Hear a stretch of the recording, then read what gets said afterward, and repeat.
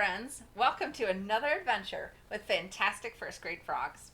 Now, yesterday, Swimmy and I took you on a little adventure with some fish, and we had a really good time, didn't we, Swimmy? Yes, we did. We had fun swimming with the fish. So, today we're going to dive into the ocean and find out more about the creatures that live there. So, where do you think we should start, Swimmy?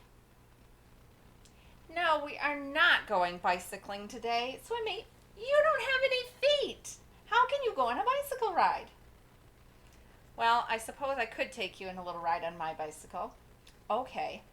But if we're going in the ocean, where should we go first? That's a good idea. You always have the best ideas, Swimmy. Swimmy thinks that we should go in all the layers of the ocean and explore what's down there. So let's take a look at this book called An Ocean of Animals. The author's name is Janine Scott. And so we're going to take a swim down into the ocean and see what's down there. There's a wonderful table of contents that takes us from the top of the ocean down into the bottom. But we're going to go ahead and read the whole book. The first heading says, Full of Life. Looking from shore, the ocean seems to hold just water, but it's bursting with animals. These animals live in different parts of the ocean, or zones. This heading says coastal zones, so we know we're going to read about the coastal zone in this part. The coastal zone is where land meets water. Coastal animals often live in and out of water. Crabs scuttle on the beach. Seabirds fly overhead. Oh, look at that crab. That is pretty nifty. And that crab would live in the coastal zone where the water and the land meet. Sunlight zone. The sunlight zone is at the top layer of the ocean. Most of the world's fish live in this zone. Small fish munch plants. Sharks eat the small fish. And we could see that shark with a mouthful of teeth. Coral reefs grow in the sunlight zone in shallow water. Millions of animals live on each reef. Sea anemones spend their lives clinging to one piece of coral. So these corals are animals that live in the reef, and they have exoskeletons. And as one dies, it leaves its exoskeleton behind, and another one will live on top of that one. And so the coral reef grows and grows as animals live on top of the exoskeletons of the ones that came before it. So it gets bigger. And the coral reef is a beautiful place to live. We learned yesterday that it has a lot of little caves and holes and hiding places for creatures to live. And we can see the sea anemone here with some little clownfish is attached right here. And remember yesterday we learned a sea anemone is actually an animal. Even though it looks kind of like a plant, it really is an animal with lots of tentacles. Mammals live in the sunlight zone too. Manatees graze on seagrass. Sea otters dive and play in seaweed. Giant blue whales swim in the open ocean. And here we can see a manatee. A manatee is a really fascinating creature that likes to munch on seagrass. They're very slow moving, but they're kind of big. They're definitely bigger than we are, not as big as a whale. And they live in the sunlight zone where they can find lots of yummy grass to eat. Twilight zone. The twilight zone starts at about 660 feet or 200 meters deep. It gets very little sunlight. The dragonfish has lights on its body to lure prey to it. Wow, that's a really cool looking fish, isn't it? Dark zone. The dark zone starts at about 3,300 feet or 1,000 meters deep. It's very dark and very cold. Tube worms cluster around thermal vents to stay warm. Wow, look at those tube worms. That's pretty fascinating, isn't it? Unknown life. More than half of Earth is covered in very deep water. Very little has been explored. Who knows what animals scientists will find in the future? And look at this very interesting deep sea exploring machine that probably is holding some equipment and some people so that they can go and visit the deep parts of the ocean. Wow, Swimmy, that was a really good book. You have great ideas. What do you want to learn about next? No, we are not going to learn how to ride a bicycle today. How about some jellyfish? No, not on toast. No, jellyfish. Yeah, let's read that book next. So here's a book called Jellyfish. The author's name is Mari Shu, and you can see on the front all of those really fascinating jellyfish. Now this is an invertebrate. It does not have bones in its body, and these live in the ocean.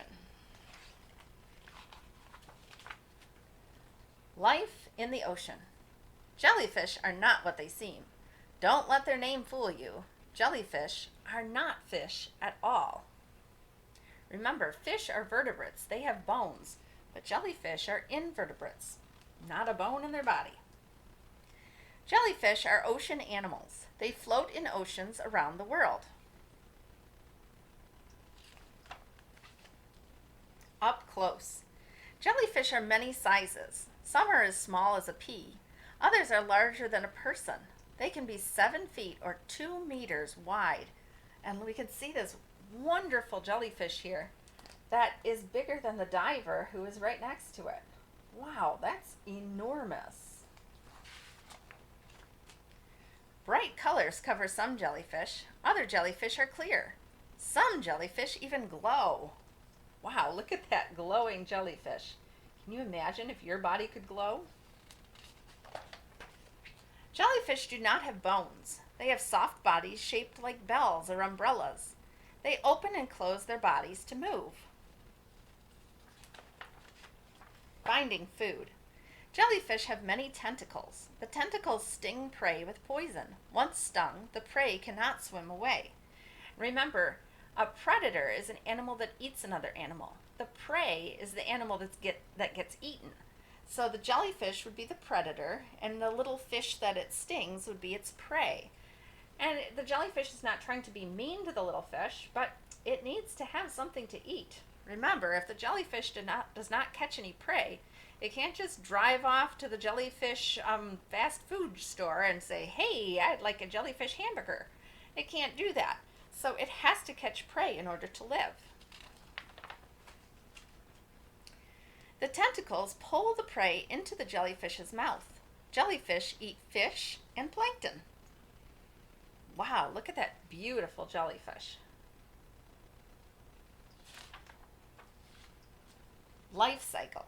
Female jellyfish make eggs. The eggs later grow into polyps. Polyps live on the ocean floor. Wow, isn't that beautiful? Young jellyfish grow from the polyps. They break away and move on their own. In a few weeks, they become adult jellyfish. Aw. Wow, Swimmy, that was a really good book. I enjoyed that. Now how about if we learn about these sea stars that you have all around you on your table? Look at this. Sea stars. What kind of animal is that? Let's read about them in this book called Sea Stars. The author's name again is Mari Shu, and look at all those bright, beautiful sea stars on the front cover of this book. Wow. Life in the ocean. Sea stars crawl on the ocean floor. These colorful animals look for food to eat. Sea stars live in oceans around the world. There are about 1,500 kinds of sea stars. They are found in both shallow and deep water. Isn't that interesting? There's not just one kind of sea star. Some people call them starfish, but they're not really a fish, are they? They have no bones. They're an invertebrate. And so they are not a fish. Look at that beautiful sea star. Up close. Most sea stars have 5 arms. Some have 40 arms. If a sea star loses an arm, it can grow a new one. Wow, isn't that cool? They could grow a whole new arm. We can't do that. Sea stars can be many sizes. Some are less than 1 inch or 2.5 centimeters wide. That would be about this big. Not very big at all. Others grow to be more than 3 feet or 1 meter wide. Look how big this one is next to the diver. Wow, that's amazing. Sea stars have tough skin on their thick arms. Short spines protect sea stars from predators. Well, they don't want to get eaten, do they? So they have little spines on their bodies to protect them. Sea stars have hundreds of tiny tube feet. Their feet help them crawl on coral reefs and rocky shores. Their feet grab prey too. So on the bottom of each of their arms, they have these little tube feet. And those are the things that help them move. Now, sometimes in cartoons, we see sea stars that are walking along like this. Like these would be their arms, and this would be their head, and these would be their feet. But that's not how they move. They actually sit on the ocean floor flat like this. And they have tube feet on the bottoms of their bodies that help them move along the ocean floor like this. They're crawling along like that. Finding food. Sea stars open clamshells with their feet. They push their stomachs outside their bodies. They stick their stomachs inside the clamshells, and the sea stars eat their prey. Can you imagine sticking your stomach outside of your body to eat? Wow, that's amazing.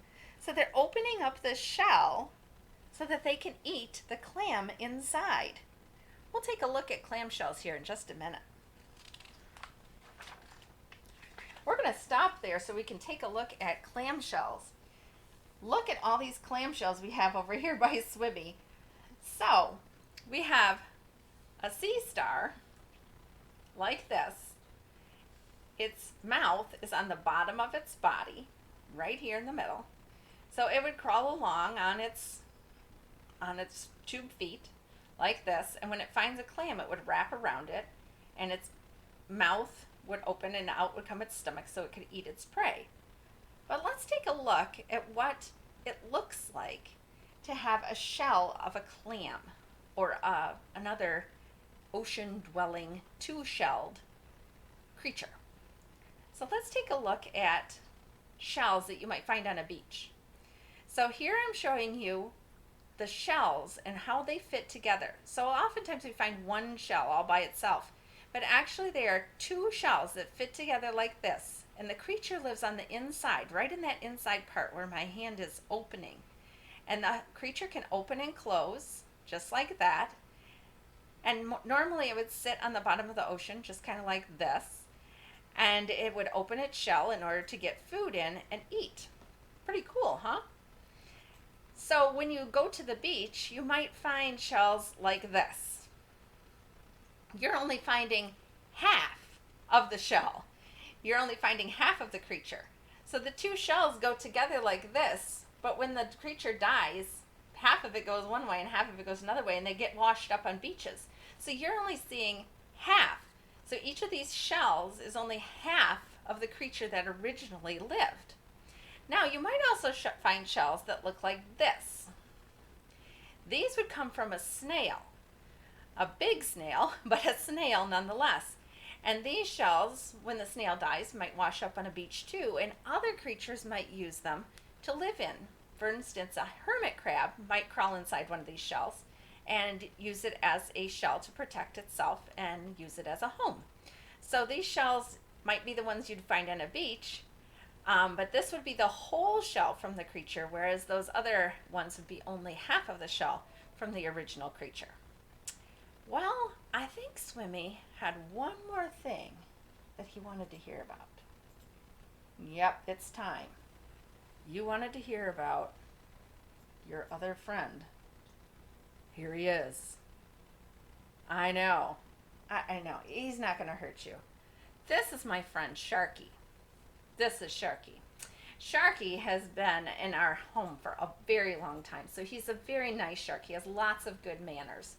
And we're going to have Sharky help us learn about real live sharks in this book that he brought along, and so Swimmy doesn't have to be afraid of him anymore. This book is called Just Plain Old Sharks, and it's by Justin McCory Martin. So let's take a look at sharks and see if they're really something we need to be afraid of. Chapter 1 is called Meet the Shark. Look, what is that in the water? Can you guess? It is a shark. Sharks live in oceans all over the world. Turn the page to learn more about these fascinating fish. Did you know that? Yep, sharks are fish. They really are. And it says in the information box, sharks have been on Earth for more than 400 million years. Not that there is a shark in the water that is actually 400 million years old, but there have been sharks around for that long. Can you imagine? That's a long time. Sharks are super swimmers. They move through the water by swinging their strong tails. So just like other fish, they swing their tails back and forth like this. Now that's the opposite way from a dolphin or a whale. Their tails go up and down like this, but fish and sharks go side to side like this. Sharks steer with their pectoral fins. Remember we learned about pectoral fins with our friend yesterday? Yep, they have pectoral fins too. Sharks use their other fins to help them stay balanced. So, on this diagram here, we've got a dorsal fin. Remember, that's the fin on the back. And then they have a second dorsal fin to help them stay up in the water. Here's their tail. We've got some more fins down here on the belly. There's the eye and the snout and a nostril. You have nostrils too in your nose. And they have a mouth. It says sharks open their mouths and let water pass over their gills and out their gill slits. This gives them oxygen to breathe. So just like our friend Silver yesterday, sharks also have gills, but they have gill slits right here in the side of their head. They don't have a gill cover like our friend Silver had. So she could open and close her gill cover like this. But the sharks just have gill slits in the side of their head. Shark skills. Sharks look fierce. Their mouths are filled with lots and lots of sharp teeth. And it says some sharks have 3,000 teeth. We don't have that many teeth. When a shark loses a tooth, a new tooth replaces it quickly. A shark may have a new tooth by the very next day. It says shark teeth wash up on beaches every day. Some people collect them. So these are teeth from a mako shark, a tiger shark, and a hammerhead shark. And you can see them there in the picture. They're different shapes. And that's kind of interesting, isn't it? But the sharks have these interesting features. They actually have teeth that rotate up to replace the ones that fall out. So if they take a bite out of something and they lose a tooth, they don't have to worry about losing all of their teeth and then they wouldn't be able to eat anymore. They just have another tooth that rotates back up to replace it. Isn't that cool?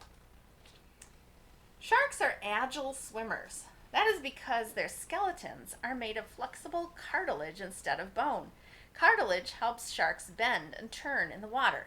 So yes, sharks are a fish. They do have a skeleton, but their skeleton is not made of the same stuff as ours. It's made of cartilage.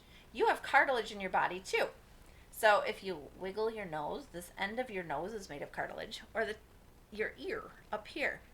It holds its shape, but it's bendy. And that's the kind of bones that sharks have in their body. They aren't made of bone, they're made of cartilage. And it says in the information box, touch the tip of your nose. It is made of cartilage too. How fast can sharks swim? Some kinds can move at top speeds of 50 miles per hour. That is faster than a squid. That is even faster than a dolphin. So they're showing us on the graph, the shark can move 50 miles per hour, whereas a dolphin can only move 30 and a squid only 20. This is a gray reef shark and it looks like it's moving pretty fast. A shark's skin is covered with tiny, hard scales. If you petted a shark from head to tail, I would not advise this. The skin would feel smooth, but going the other way, it would feel rough. So we can see in the picture, it almost looks like they have little teeth on the sides of their bodies. So if we pet them this way, with these little teeth, it would feel kind of smooth. But if we come this way, it would feel rough to our touch. A shark's skin is made of hard stuff like your teeth. Wow, it's almost like having teeth on the side of their body. Most sharks are incredible hunters. They eat many different sea creatures. A shark that catches a big animal might not need another meal for 2 months. Can you imagine? You ate that much, you don't need to eat again? For 2 months. Wow. This is a shark menu. A shark might eat fish, crabs, lobsters, squid, seals, sea lions, small whales, and seabirds. This happens to be a great white shark, and it's eating some fish in this picture. Chapter 3, Shark Senses. Remember, we have our 5 senses to help us learn about the world, and sharks need their 5 senses too. Let's learn a little bit more about that. Sharks have many powerful senses, but their strongest sense is smell. A shark can smell prey 1 mile away. Wow. That's like if you could smell a cheeseburger from a mile away. That's pretty good. It says sharks use their nostrils to smell. This happens to be a lemon shark. Sharks have great eyesight. They have something like a mirror in the back of their eyes. It makes everything look brighter in the dim underwater light. It says shark eyes are similar to cat eyes. So here's a picture of a shark eye, and there's a cat eye, and they are very similar. Sharks have special senses to help them find food. They are able to sense small vibrations in the water. Vibrations would be like a little wiggle in the water. A shark can tell when fish are flapping far away and swim toward them. Gulp, it's lunchtime. It says sharks have a row of little tubes under their skin for sensing vibrations. And they kind of need that because they need to be able to find food. Once again, they're not eating things because they're mean. They're eating things because they can't exactly go to the shark restaurant and find some fish burgers. They have to catch and eat prey or they'll die. Sharks can sense electricity too. Ocean animals make small amounts of electricity when they move. To locate them, sharks just follow the trail of electricity. Chomp, it's dinner time. It says sharks usually hunt for food by themselves. And so this is a gray reef shark hunting in the school of fish. Chapter 4. Did you know that there are so many kinds of sharks? Look at this. So many sharks. There are more than 400 kinds of sharks in the world. Some sharks are small. This one is the length of a pencil. It's called a pygmy shark, and it's only as long as a pencil. Not very scary. Some sharks are big. This one is the length of a school bus. It only eats teeny ocean creatures called plankton. Wow, remember those little creatures we were looking at yesterday?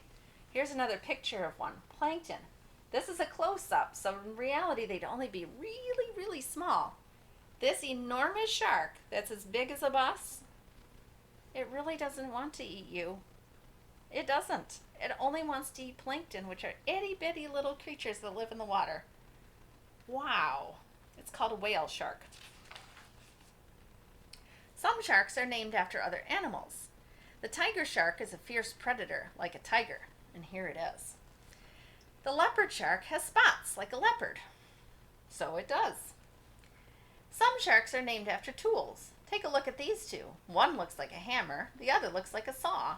So this is a hammerhead shark, and this is a long-nosed saw shark. Wow, look at them.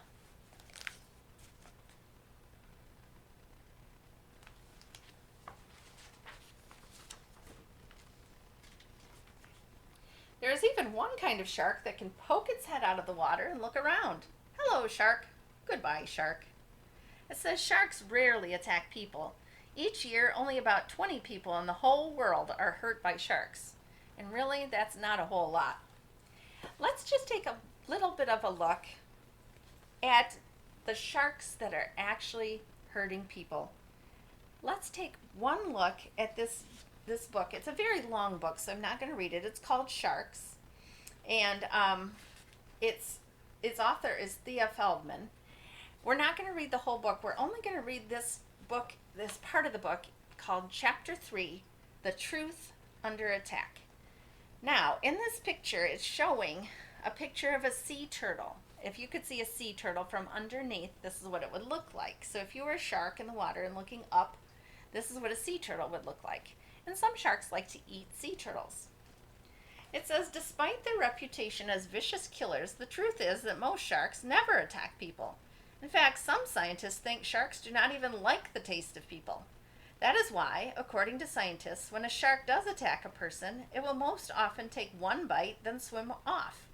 Scientists also think that a shark's farsightedness makes things blurry up close. And that can, for example, make a person on a surfboard look a lot like a tasty sea turtle until the shark takes a bite. So look at this person right here. This is a person on a surfboard. To a shark, it kind of looks like a sea turtle. So the shark might come up thinking, I'm going to have some sea turtle for lunch. That sounds yummy. And then it tries to take a bite and goes, oh, yuck, person, gross. I didn't want to eat person for lunch. Now we might think, oh, that mean old shark took a bite of the person, but the shark's thinking, looked like a sea turtle to me. So that's why sometimes shark attacks happen. Even though we think, oh, sharks are big and mean and scary, they don't really happen very often. And most of the time it's because they think they're eating a turtle, when in reality, they're not. And it's only because it kind of looks like a turtle. Here's the problem, though. And this is a different book. Again, it's kind of a longer book, and it's called Sharks. And the author's name is Catriona Clark. And this chapter is called Sharks in Danger. It says millions of sharks are killed each year. Some types of sharks are in danger of completely dying out if this doesn't change. Some people like to try to catch big, dangerous sharks for sport, meaning that they just try to catch them because it's fun to catch sharks and say, hey, I caught a shark. In many countries, sharks are killed for their fins, which are used to make soup. Oil leaking from ships and other kinds of pollution can poison sharks. So if we put pollution in the water, that can hurt sharks. Sharks also get tangled up in fishing nets and they die because they cannot breathe. This silky shark has been trapped in a net used for catching tuna, which is very sad. So, quite honestly, sharks are being hurt by people when we really don't have any reason to be scared of them all the time. A lot of the time when they do hurt people, it's not on purpose. They're just trying to find some food, right, Sharky? So see, Swimmy? Sharky is really not that scary. He's just trying to find some yummy sea turtle for lunch. Do you like sea turtle, Sharky? Uh-huh. Yeah, I thought so. So, we have to protect our oceans, the jellyfish and the clams and all of the interesting, really cool creatures that live down there. Those fuzzy little sea otters and the manatees and all of those fascinating creatures that live in our oceans. Because our friend Swimmy would really like to live in a very clean ocean where it's nice and clean, no pollution, no garbage, just nice other fish and creatures to live with and have as friends. So, I hope you enjoyed our time together. Did you have fun learning about the ocean, Swimmy? Oh, now it's time to go ride a bicycle? I don't know how that's going to work, friends. Do you think there's such a thing as a bicycle you can ride without legs? Maybe an underwater bicycle. How about a motorboat, Swimmy? Maybe we can go canoeing. That's all the time we have for today. Have fun playing in the ocean. Bye!